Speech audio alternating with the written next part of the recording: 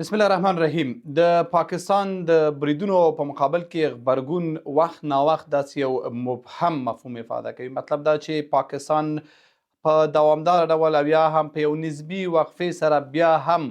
ملکی افغانان هدف ګرځوي. تر ډیره بریده پورې دا بریدونه د ډیورنډ د کرښې څیرمه سیمو ته پر هغو باندې متمرکز وي، لکه تیره ورځ پر کونړ باندې، او هر ځل په کونړ یا بل هر ځای کې پوهنتونونه، روغتونونه، د ملکي وګړو کورونه دا هدف ګرځول کیږي. شهیدان او ټپیان هم اکثرا ملکي وګړي او بیا ښځې او ماشومان وي. لکه څنګه چې تیرو بحثونو کې له ډېرې مودې راهیسې بیا د طالبانو غبرګون یې هم پر وړاندې ډېر زیات جدي نه وي. هغه څه چې بیا ولس هم اعتراض کوي، هم نیوکې لري او هم شک لري. مهمه پوښتنه دا ده چې پاکستان دا بریدونه د کوم موخو دپاره کوي. په دې وروستیو کې ځینې داسې ګنګوسې هم پیدا شوي دي چې پاکستان یوازې په مذاکرات کې بهانې لټوي، اصل موخه او هدف یې هغه دی چې په دې بریدونو کې د تحقق په لټه کې دی. یعنې په دې بریدونو سره غواړي ځینې خاصې سیمې د کرښې څیرمه غاړو ته تشې کړي، یا یې غیر فعاله کړي، یا یې له ولسونو څخه تشې کړي او بیا هلته خپل هغه توطیې او دسیسې پلې کړي، او یا ظاهرا چې بیا خپلو خلکو ته یا نړۍ ته څه وایي، هغوی ته وایي چې موږ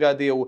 بفر زون یا یو حایل سیمې د رامنځته کولو په لټه کې یو، چې دا ټول غیر اصولي، غیر اخلاقي، غیر سیاسي او د نړیوالو اصولو سره په ټکر کې دي. ولې زموږ غبرګون څه دی او څه باید ووسي؟ هغه څه چې پڅ دی. موږ ډېر تمرکز پر دې دی چې مذاکراتو کې به نتیجې ته ورسیږو. پاکستان کې میشت باخبره خبریالان وایي چې پاکستان په مذاکراتو کې کله لیکلی تضمین غواړي، او ان ځینې مواردو کې د هغوی د ادعا له مخې چې طالبان چمتو شي چې ځای یو لیکلی تضمین هم ورکوو چې موږ ستاسو مخالف او وسلوال ډلې نه پالو، نو بیا دوی ورته وایي چې هغې ډلو دپاره به تاسې عنوان کاروئ. عنوان هغه عنوان چې دوی کاروي، یا فتنه یا ترهګر یا بل هر څه، بیا جنجال پر همدې وي. یا ورته د خپلو سیمو یا د خپلو ولکو لاندې سیمو بشپړ تضمین ترېنه غواړي، هغه څه چې طالبان د داسې تضمین په ورکولو کې څه چې بل هر دولت د داسې تضمین په ورکولو کې عاجز وي. یعنې په عمومي توګه باندې داسې باورمندي رامنځته شوې ده چې پاکستان په مذاکرات کې پلمې لټي، اصلي اهداف په خپلو بریدونو کې لټوي او دې بریدونو ته دوام ورکوي. د پاکستان د بریدونو موخې په مقابل کې غبرګون او بالاخره باید څه وشي. د نړۍ چوپتیا هم تر ټولو مهمه او مایوسونکې مسله ده. سلام، وخت مو په خیر. د رڼا لید خپرونه زه میرویس سانګزیر ته وړاندې کوم. ډېر قدرمن مېلمه را سره په خپرونه کې ګډون لري د سیاسي چارو شنونکی ښاغلی سید بلال فاطمي. فاطمي صاحب ته ښه راغلاست وایم او د پیل پوښتنه له همدې عمومي پوښتنې کوم. فاطمي صاحب، د دغسې بریدونو چې خصوصا د کونړ او د سیمو کې ډېر زیات دوامداره دي، هدف څه کیدلی شي؟ بسم الله الرحمن الرحیم. سلامونه احترامات تاسو ته، سانګزی صاحب، قدرمندو لیدونکو او اوریدونکو ته. څرنګه چې تاسو پوهیږئ، د کونړ نورستان دا سیمې چې دي دا ډېر استراتیژیکې سیمې دي. دا زموږ تاسو شمال شرقي سیمې د شمالي ولایتونو د بدخشان، د تخار، د پنجشیر، د مرکزي ولایت د سره انخلوي، او دې ځای کې زموږ تاسو هغه مهم نقاط دي که فکر امي شاه سلیم هم دلته دی، انجمن دغه ساحه هم دلته ده. دا د انجمن د لارې نه په دوران د جهاد کې به هم چې کله د پاکستان نه اسلحه راتلله د کمونستانو په مقابل کې، د همدغې لارې نه به شمالي ولایاتو ته تلله، د شاه سلیم د لارې نه به پنجشیر او دې ته تلله، بیا همدارنګې بدخشان ته تلله. پاکستان کوشش دا دی چې یو دا سیمه چې ده زموږ تاسو د اقتصادي لحاظ نه د افغانستان لپاره مهمه ده، ځکه چې دلته موږ تاسو ډېر زیات ځنګلات لرو او د دغې ونې او دا چې دي موږ تاسو ته ډېر ارزښت لري د افغانستان په اقتصاد کې. بیا دا لرګی په خپله د افغانستان لپاره په یو نشان په توګه باندې، ځکه دا لرګی ډېر نور نړۍ کې ارزښت لري، بالخصوص عربي نړۍ کې. په همدارنګې په خپله پاکستان او هندوستان کې، یعنې دا ادعا زه کولی شم چې 100% د اسلام آباد د کورونو دا لرګي او دا چې دي دا د کونړ دي، دا ټول د کونړ نه تللي دي. نو دی دلته ځنګلونو ته هم سترګې نیولې دي، اقتصادي لحاظ نه یا یې خپله اخلي یا یې فرضاً د منځه وړي چې موږ تاسو ترې نه ګټه وانه خلو. داسې بمونه او دوی نه کار اخلي چې هغې ته اور اچوي. دا کار یې په دې تېر 4 کالو کې څو ځلې کړی، تاسو معلوم دي. د پکتیکا ځنګلونه، د خوست ځنګلونه، همدارنګې د نورستان ځنګلونه او د کونړ ځنګلونو ته اور واچول شو. او په هماغه وخت کې چې ما خپلې کومې برنامې کولې، ما دا ویلې دا پاکستان قصدن کوي لپاره دی چې زموږ اقتصاد ته ضربه ورسوي. بل د دوی هدف دا دی چې دا سیمه خالي شي او دوی لاره پیدا کړي د دغې 2 لارو نه چې ما تاسو ویلې، د بدخشان او تخار ته، او هلته دوی کم استراتیژیک اهداف چې لري چې افغانستان بې ثباته کړي، نړۍ ته دا ثابته کړي چې ما تاسو ته ویلې چې جبهې مقاومت وجود لري او حرکت دی. دا یو ارمان دی چې انشاءالله په توکل د خدای دا به کوم ځای ته ونه رسېږي، انشاءالله دوی به ناکام شي پکې، خو د دوی دا ارمان دی چې دا وکړي. بله خبره دا ده چې دا سیمه چې خالي کېږي دوی په اساني توګه باندې کولی شي چې هغه خپل تر دغې ولکې لاندې راولي، خپل په دلته پوستې او دا جوړ کړي. بله خبر دا ده چې دوی هماغه تخنیک د اسرائیل او د امریکا دی چې په فلسطین کې کار ترې اخلي چې خلک وهي چې یا ویریږي تسلیم شي او یا سیمه پرېږدي. دغه بمبار چې په ملکي خلکو باندې دوی کوي دا د یرولو لپاره کوي، د سیمې د خالي کولو لپاره کوي چې دوی ته صحنه خالي شي. همدارنګې تاسو ګورئ چې دوی قصدن نړیوال قوانین تر خپلو لاندې کوي. ګر چې دا خو ما بارها ویلي دي، زه چې کم وخت نه کم از کم 15 کاله کې زه د نړیوالو روابطو شاګرد یم، محصل یم، نو ما ته چې دا ما اول نه ما دغه رشته ویلې ده، ما دا خبر کړی ده چې دغه سازمان دغه اداره دا ټول سختګي دي، دغه حقوق بشر ټول سختګي دی، دا اصلي نه دی، دا هېڅ پلي کېږي نه، دا د اهدافو لپاره دی. او تاسو ګورئ عملا خپل امریکا هم د اوس د ایران په جنګ کې ټول نړیوال قوانین خپل لاندې نه کړل. هغه ځایونه چې ممنوعه دي نړیوال قوانینو کې، ګورئ 2 کاره ډېر ممنوع دي په نړیوال قوانینو کې. تاسو ملکی اهداف نشي وهلی، تاسو د اتومي اسلحې نه استفاده نشي کولی، اتومي اسلحې مراکز نشي وهلی. دی هم اتومي اسلحه ساتي خلاف د قوانینو، دی هم اتومي اسلحه استعمالوي او هم اتومي اسلحو مراکز وهي چې اجازه نشته دی. دا دوی کوي، امریکا کوي، اسرائیل کوي، پاکستان کوي. بنان هغوی پوهنتون وهي، دی پوهنتون وهي، هغه شفاخانې وهي، دی شفاخانې وهي، یعنې هم اسرائیل وهي، هم امریکا وهي، هم پاکستان وهي. نو نړیوال قوانین خو وجود نه لري، دی نه ورته احترام لري، نه اوس فاطمي صاحب تاسو یوه هیله وښودله کله مو چې هغه بحث تشریح کوو، تاسو ویلې چې مطمئنه یم یا به انشاءالله ناکامه شي. دا هیله مو پر کوم بنسټ ده؟ دوی عملا لګیا دي دا بریدونه کوي، غبرګون پڅ دی او دوی نړیوال سټیج کې مو غږ نشته متاسفانه، او نړۍ څه چې هغه هیوادونه چې موږ سره ظاهرا ښه تعامل لري هم په دغه برخه کې د موږ تر څنګ نه درېږي داسې واضح او څرګند، او پاکستانیان په ډېر مغرورانه انداز هم په مذاکراتو کې او هم په عمل کې بریدونو ته دوام ورکوي او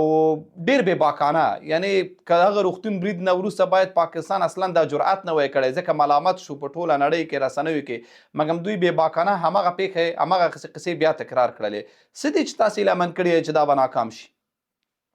زما هیله او زما د امید چې دومره قوي دی او الحمدلله ډېر قوي دی، د روس په مقابل کې همداسې قوي و. په دې زما ایمان و چې روس به وهل کېږي. د امریکا په وهلو زما یو ذره شک نه و. د 2001 نه چې یعنې ته اکثرا برنامو کې دا ما ویلي چې ما سره 2002 کې په 2002 کې وایس اف امریکې ما سره مرکه وکړه، شپون صاحب د الله غریق رحمت کې په خپله هغې وخت مسؤل د وایس اف امریکې و، او ما په همه 2002 کې ورته وویلې چې تاسو به وګورئ چې نه ډیموکراسي شته، نه افغانستان جوړیږي، بلکې په امریکا به وهل کېږي او د دې سیمې نه به ځي. هغه مرکه بیا دوی نشره نه کړله، 45 دقیقې مرکه وه، ځکه چې کله زنګ ورته ووهل شو دا ولې نه نشره ویلې دونه ثقیله ده چې موږ ته د ده ازمول ممکنه نه ده، ځکه چې د دې جنګ د ترهګرۍ سره روانو، د سر په نامه ترهګري، په حقیقت کې خو د ترهګري وجود نه درلود، مقدس جهاد ته دوی ترهګري ویلې. د افغانستان هماغه جهاد چې خپل امریکایانو انګلیسانو تایید کړی و هماغې ته ترهګري ویلې، د کوم بل شی نه و. نو د ده لپاره دوی ونه شو کولی چې هغه نشر کړي. هماغه وخت کې ما دوی ته ویلي چې تاسو به شکست خورئ. ولې زما ایمان دومره قایم و؟ ولې دا مونږ کامیاب شولو؟ لپاره دی چې دا خاوره یو تاریخ لري، یو برم لري، یو عظمت لري، او د دې خلکو ولوله ده، ولو که ډوډۍ ولري که ونه لري، ولو که لباس یې سیري وي او که روغ وي، ولو که دی کور وران شي او که دا شي، دا خلک یو عزم و اراده لري، لکه د فلسطین خلک چې یو عزم و اراده لري. ولې اسرائیل نشي کولی چې په دې ټول نړیوال قوت سره چې لري دا 1 میلیون د غزې خلک تابع کړي ځان ته؟ 1 میلیون دی، نور یو دقیقاً فاطمي صاحب، خو اندېښنه دا ده چې وهل کېږي، ټکول کېږي، ځپل کېږي، ظلم پرې کېږي، کور و کلي ورانېږي. یعنې عین تمه باید موږ په دې قضیه کې ولرو چې پاکستان به موږ ووهي خو بالاخره به بریا زموږ وي. موږ وایو چې بالفعل موږ څه لرو د دوی پر وړاندې، څه مو کړي دي یا څه نه کوی سنه شو؟ نه سنګزه اوس خو فرق لري. زه دا تاسو اجازه راکړئ زه درته تشریح کوم. دغه کونړ دی به د کمونستانو په وخت کې دغه جنایتکاران چې د راځي ستاسو تر څنګ کینی د تحلیلګرانو په نامه باندې چې دنیا د دوی نه ډکه ده. یعنی مسلمان چې کله د تحلیل ته حاضر نشي بیا د کمونستان خلاصه چاپ لاسه ستاسو ناسي، یو خواته خلقې ناسي یو خو په شمال دا هغه جنایتکاران دي چې تنها په دغه کونړ کې هغه جنایت چې د کمونستانو کړی ده تر اوسه لا نه دی کړی. لاړ شئ کونړ ته مکمل کلی تر کلی قبرستان دی. دا ګورئ دا داسې ظلمونه ډېر زیات شوي دي. د ظلم په مقابل کې تسلیمي نه ده شوې. امید همدا و چې دا به وهل کېږي. د هغې د طالبانو غبرګون به څه وي؟ زه به دا تاریخي ریفرنسونه څنګ تر څنګ ورکوم چې خلک پوه شي چې زما مطلب څه دی، زه څه وایم. ولې که زه تا وایم چې دا ملت کولی شي آیا پس منظر یې څه دی، زه ځکه تاسو ته مثالونه در کوم د کمونستانو مقابل کې مثال در کوم، د امریکې در کوم لپاره دی چې خلکو ته مستند شي. نو راځم دې ته چې دلته د مقاومت چې د روس په مقابل کې شو، د روسانو قوت او د هغې دغه د پاکستان نه ډېر زیات و، خو هغې وخت کې ګوري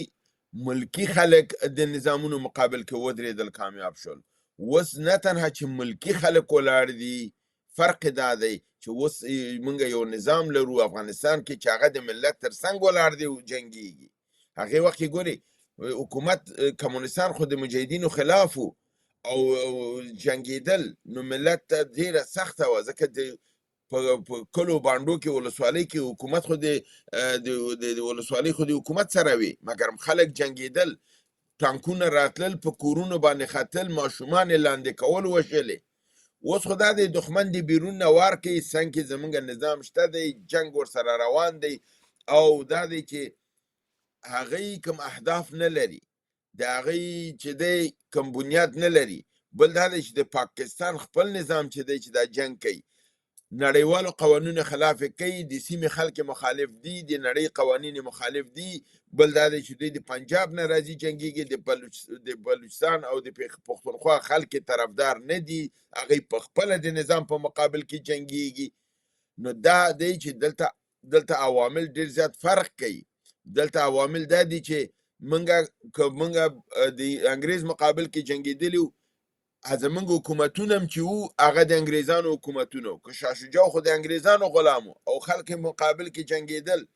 مګر هم جنګ خلک کامیاب شول. روسانو حکومت د روسانو لاس کې وو، خلک مقابل کې کامیاب شول. امریکایانو مقابل کې حکومت د امریکایانو لاس کې وو، بیا هم خلک کامیاب. اوس حکومت هم زموږ تاسو خپل دی،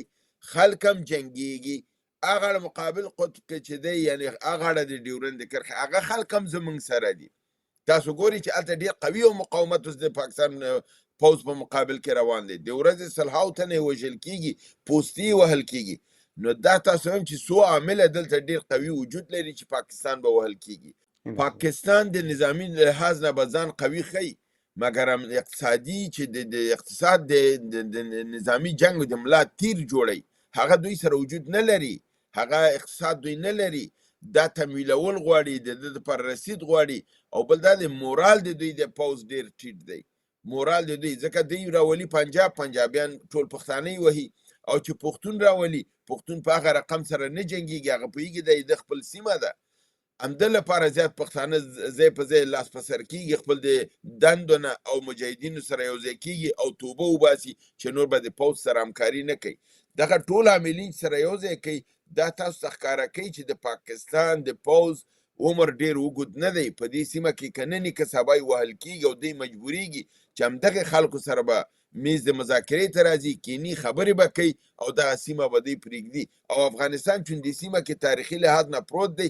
پاکستان څه نشي کولی. ممکنه ده چې اوس د پاکستان دغه پوځي برتري چې لري، چې تیارې لري، میزایل لري، راکړي راځي ستا یو سیمه نیولی هم شي، دې کې شک نشته دی. د هغې پوځ اوس منظم پوځ دی، هغه راتللی شي ستا یو سیمه نیولی شي، مګر هم ساتلی بیا نشي. او افغانستان چې دی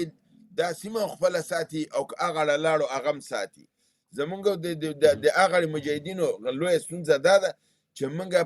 د فضایي پوځي برتري نه لرو.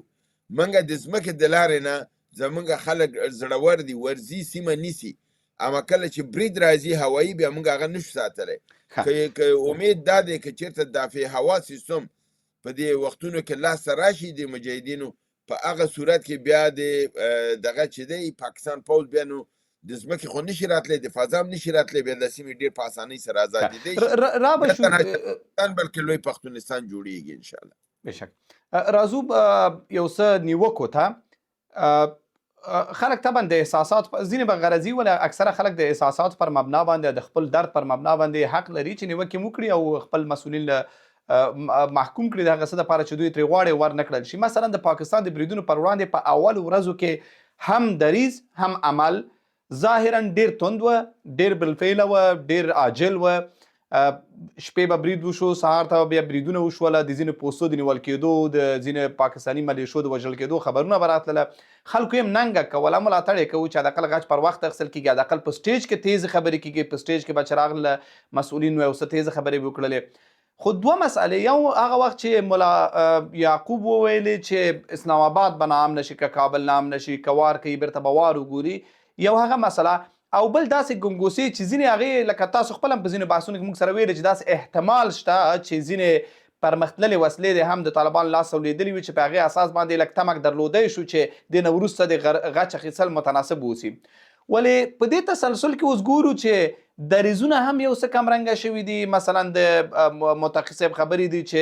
خبرې ښې روان دي او سبا ته بیا کونړ ولګېده. او دغه رنګه غبرګون هم ګورو چې هغسې نه دی هغسې چې و. دا کوم څه وله چې اثر یې وکړ او دا دریځ یو څه کمرنګه او بېرنګه کړ؟ سانګزی صاحب زه فکر نه کوم چې دریځ یې کمرنګه کړی. تازه قوا ورغلي دي. تاسو د نوري فکر کوم نور محمد نوري نومیږي، همداسې څه نوم دی، وزیر د سرحداتو لنډ به ووایي نوري صاحب. نوري صاحب بدخشان ته لاړه، تخار ته دې سیمو ته لاړه، هلته بې درېغه خبرې وکړلې، ځکه چې پاکستان یې دا کړی و چې هلته کم شفتالي کم جنرال کوز کړی و، نو داسې شفتالي او شفتالویي جنرالان هوایي ډېر زیات پیدا کېږي. دی لاړل عملي هغه ساحې ته لاړل، خلکو سره یې خبرې وکړلې او اعلان یې وکړه چې د افغانستان د هر سپق نه به دفاع کېږي. د ابابیل ډرون اوس هم د بله ورځ د پېښور او که تېره اونۍ تاسو خبرونه دا تعقیب کړي، په بلوچستان کې نظامي اډۍ په خپله په کوټه کې ووهله، همدارنګې عین کراچۍ په بندر کې د دوی د پولیسو پایګاه ووهله، همدغې ابابیلو ډرون. نو خبره دا ده چې ډرون اوس هم ورځي، اوس هم خپل اهداف وهي. په پوځ هم د اوس په جنګ کې دی د پاکستان سره. په ولایاتو کې خپل سرحدي ولایتي قواوې تازه دمې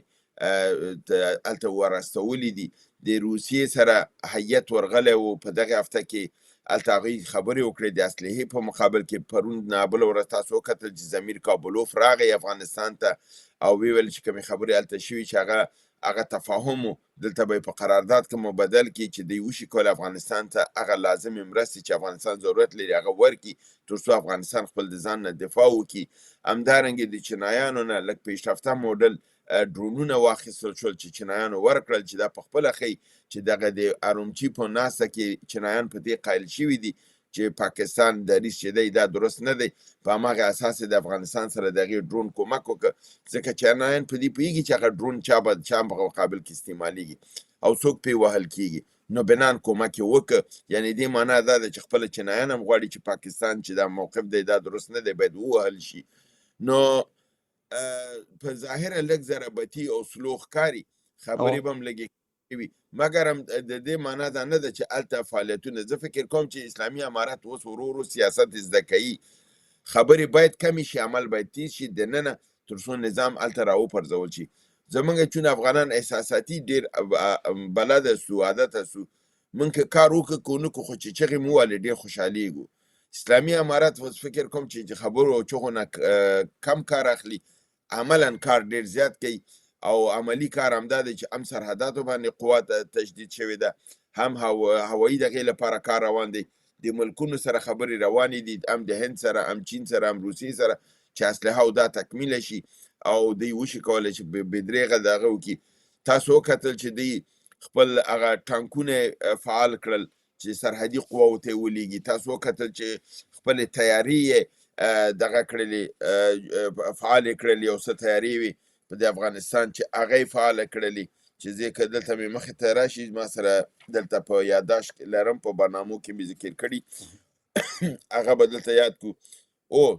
د افغانستان چې کوم ټانکونه فعال کړل M578 ټانکونه دي چې دې باندې راکټ لانچر کار نه کوي د ضد ټانک راکټ کار نه کوي ویل چې دا خاصتا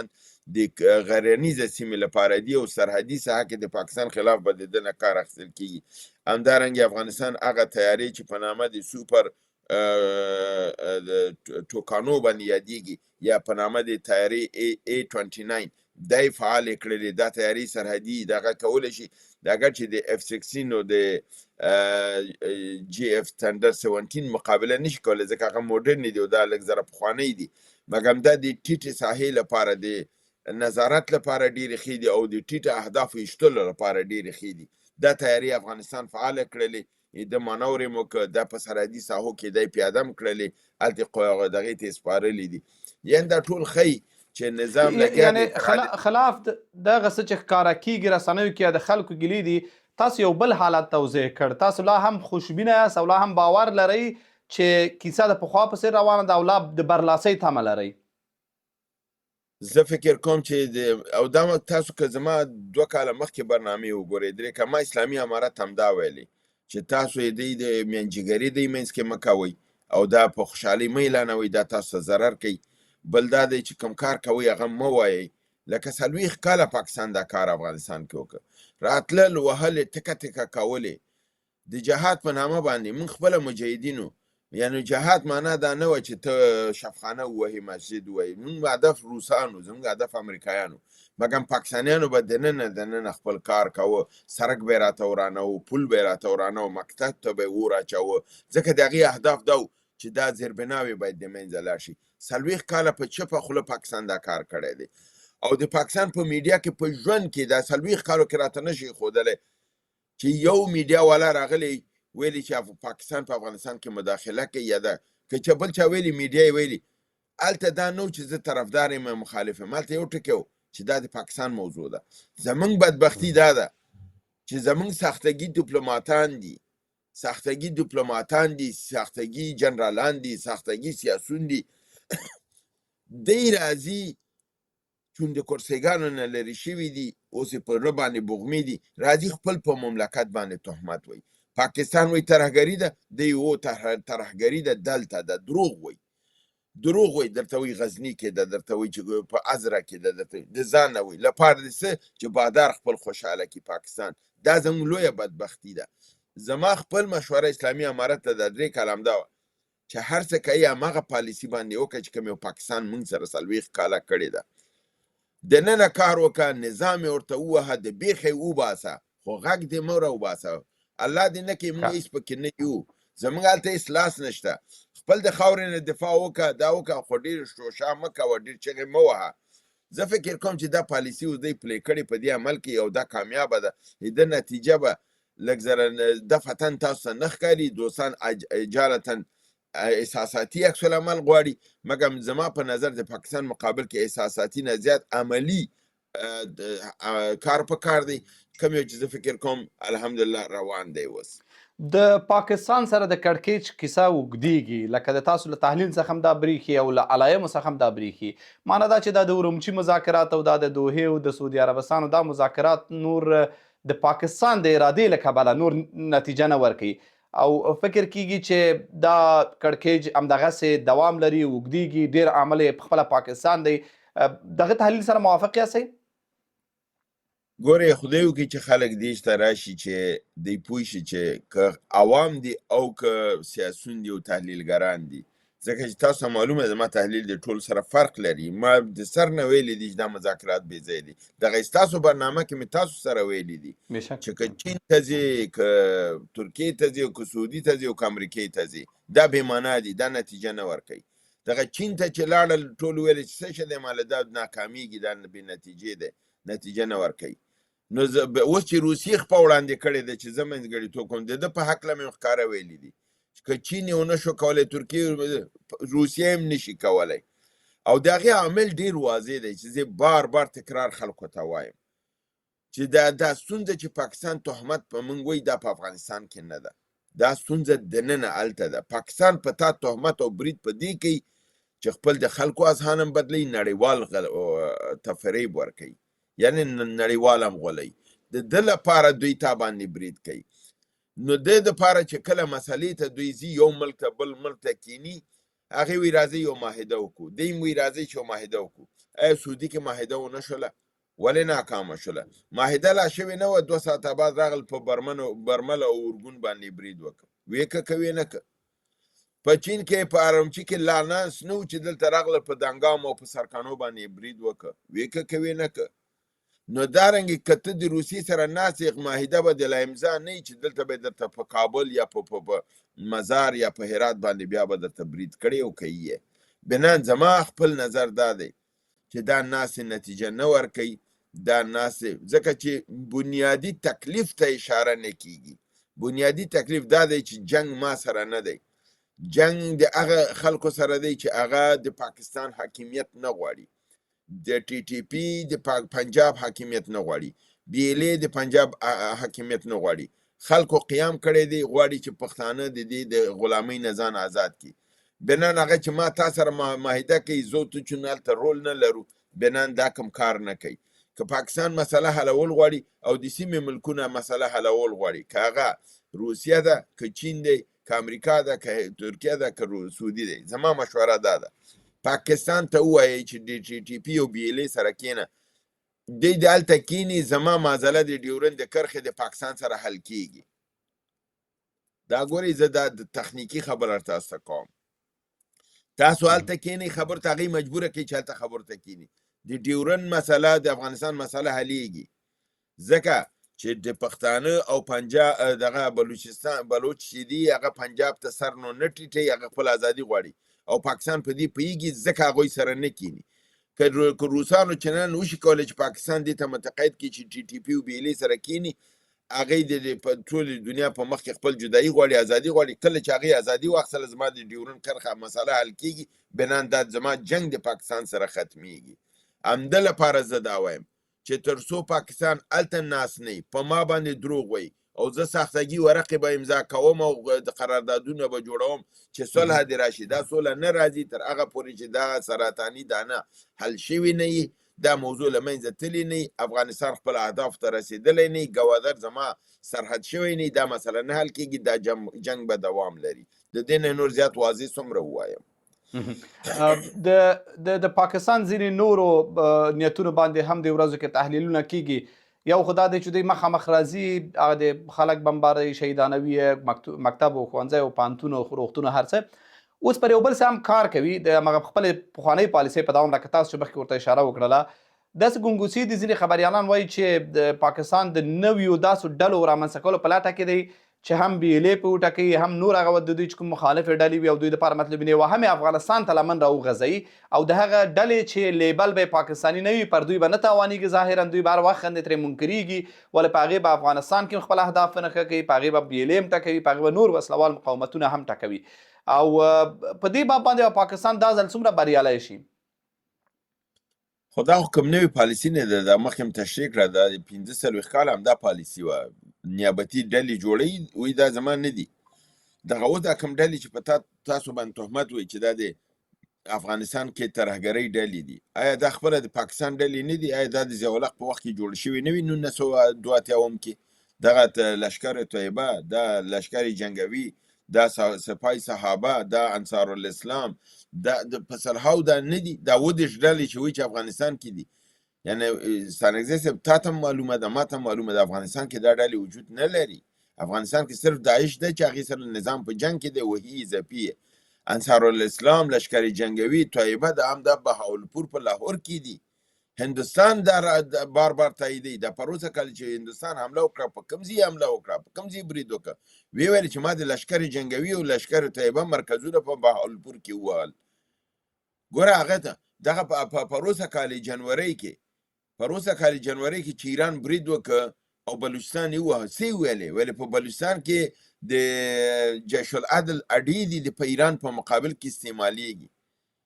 ایران خو په افغانستان باندې برید نه دی کړی، هندوستان خو په افغانستان باندې برید نه دی کړی چې دلته اډې دي. هغې ویل دلته دي اډې، دا خو یوازې پاکستان دی چې وایي افغانستان کې اډې دي او خپل افراد په ما باندې تهمت وایي. نو دا کوم نوې خبره نه ده. دوی ډلې جوړوي، 100 دفعه دې جوړې کړي. آیا دا ډلې خپې ټینګولی شي؟ نه په افغانستان کې ځان ټینګولی شي، نه په پاکستان کې. لپاره دی چې هغه اړه د ډیورنډ چې ده هلته قوت د جهاد دونه قوي شوی دی چې سیمې د هغوی په کنټرول کې دي. دا ډلې ځان نشي ټینګولی او پاکستان یې تمویلولی نشي. دا زه تاسو په ډاډه ویلم. پخوا خو دا کوم ډلې چې جوړېدې، که دغه لشکر جنګوي جوړ شوی دی، که انصارالاسلام جوړ شوی، لشکر طیبه جوړ شوی دی، دغه دی جیش محمد جوړ شوی دی، دا خو د امریکا په ډالرو جوړ شوي دي. امریکا چې کوم جهاد لپاره پیسې را لېږلې، هغه پیسې دوی نیمې هلته لګولې د خپلو اهدافو لپاره. اوس خو هغه ډالر نشته دی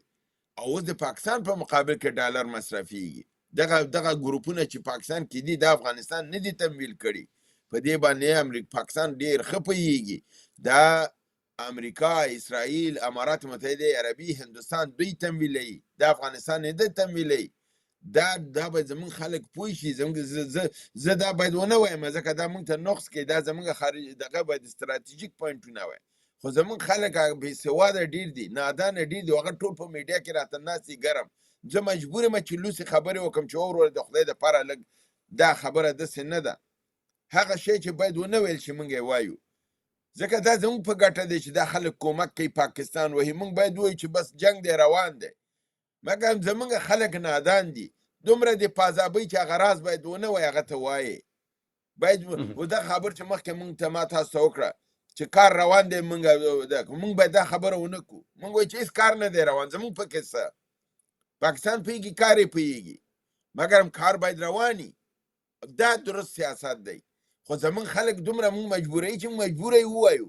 یعنې زه ډېر وخت نه غواړم دا خبره وکړم، مګر مجبوره دي کېدې ته چې ته دا ووایې چې تر څو د ده قناعت حاصل شي. او کله چې ته د خپل قمقل دوست یا د قمقل افرادو د وګړو قناعت ترلاسه کوې، دښمن هوښیارېږي. ایسای دا برنامې اوري، ایسای دا ترجمه کوي. هغه د دې نه هم زما او ستا په مقابل کې د هتیار یا د اسلحې په دغه استعمالوي. دغه زما برنامه سبا هلته راوباسي، وګوره دوی په خپله وایي چې او مونږ کار پټ روان دی. نه، کار نه هدف یوازې دا نه دی. کار هدف دا دی چې په کرښه باندې به هم باید یو څه وشي، همدارنګه په سیاست کې هم باید یو څه وشي. دا چې د پاکستان دننه یا د پاکستان تر ولکې لاندې ډلې څه کوي، هغې باندې موږ اړیکه نه لرو او نه دې حد کې یو چې هغوی خپله جغرافیه په لاس کې لري، خپل امکانات لري. اوس بلوچستانو علني خپلې ویډیوګانې خپرې کړلې. عالمزیب وښودله چې هغه بلوچستان کې ګرځي، د ټي ټي پي مشران ښیي چې هغه ټي ټي پي دا اوس پېښوره پورې رسېدلی دی. نو دې کې اوس موږ څه د پټولو او څه د هغه ولرو چې هغوی څه ضرورت لري چې هغه د کرښې نه راواوړي. اصلي بحث دا دی. یو څه پر مذاکراتو بحث کوو. مذاکراتو کې نن ما د پاکستان کې د یو میشت یو خبریال یو مرکه ولیدل، هغه ویلې چې کله کله دا تفاهم ته هم نږدې شي، ښه راځه لیکلی سند امضا کوو، طالبان یې ومني چې زه لیکلی به یې درکړو چې موږ هېڅ وسلوال ډل نه ملاتړ نه کوو. بیا نو وایي پاکستان بله پلمه دا راوړي چې عنوان یې باید هغه وي چې زه یې ورته کاروم. مثلا بلوچ ازادي غوښتونکي چې د ټولو اصول له مخې هغه ازادي غوښتونکي لښکر دی او د نن نه دی، هغه د پاکستان له پیدایش سره دی.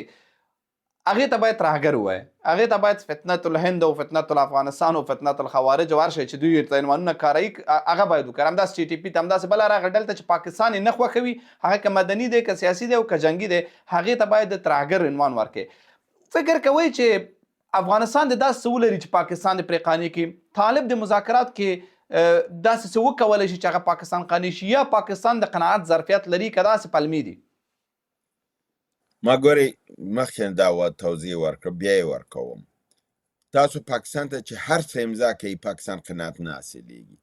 هغه غواړي چې ته امضا نه کوې، هغه تا ته پلمې ولټوي. هغه په یو شي قناعت کوي چې هغه زه ورته نه کوو. هغه هېڅ نظام نه دی کړی، نه د داود خان کړی دی، نه ترکي کړی دی، نه نجیب سره دی چې موږ ګوره وایو چې نجیب و دې سره موږ مخالف یو که نه، مګر هغه هم نه دی کړی. طالب نه دی کړی. ملا عمر ورته ونه که.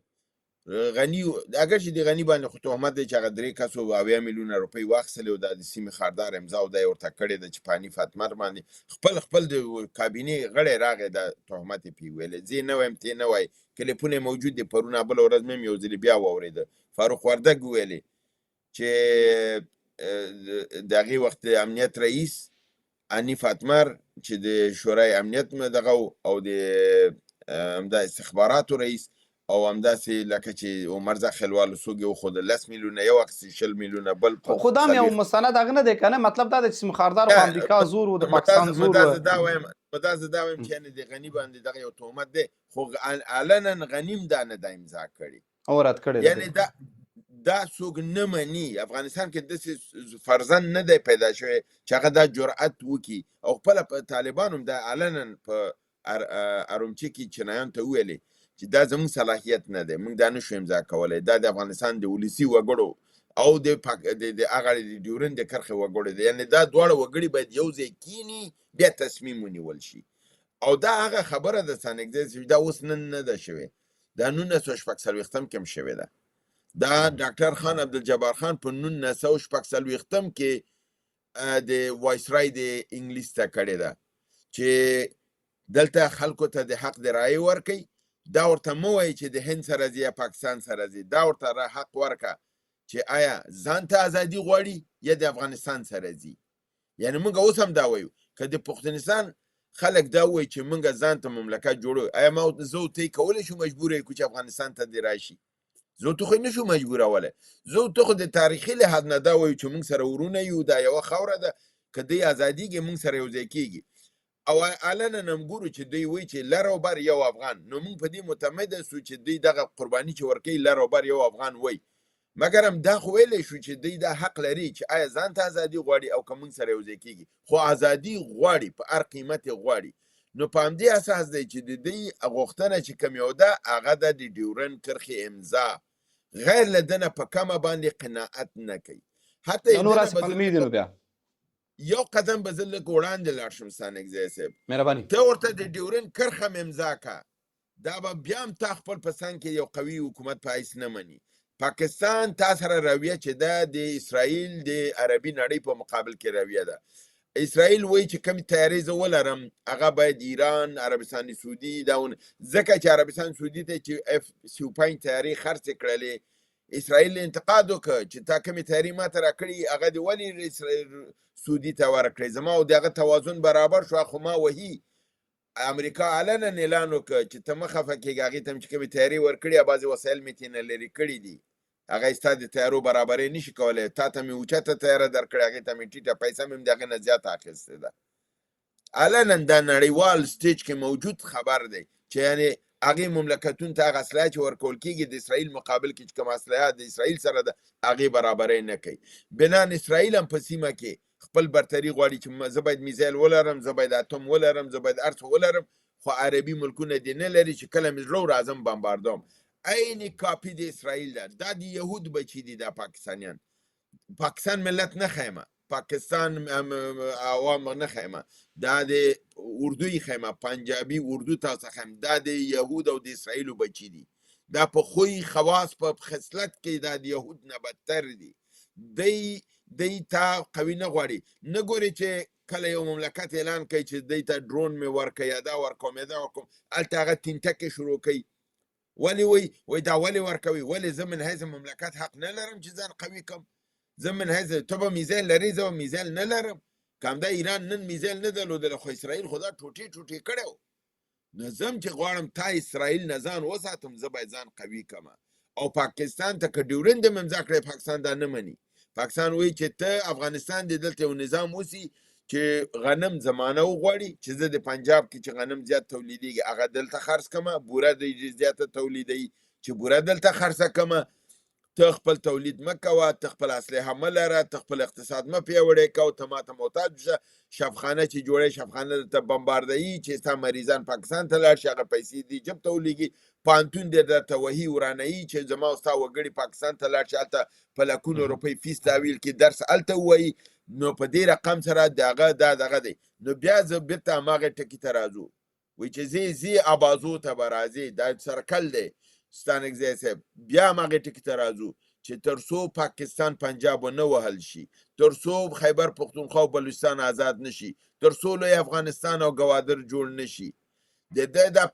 کوترکي او پاپیګاکان چې دلته ماته راځي چې ډیورند په پټو سترګو امضا کوي او دلایل وایي داسې کسان دي چې هغه وایي زه په پېښور کې ډیپلومات وم ورنه چلنج کوي ورته د پېښور کې خو ډیپلومات نه یي که نه نو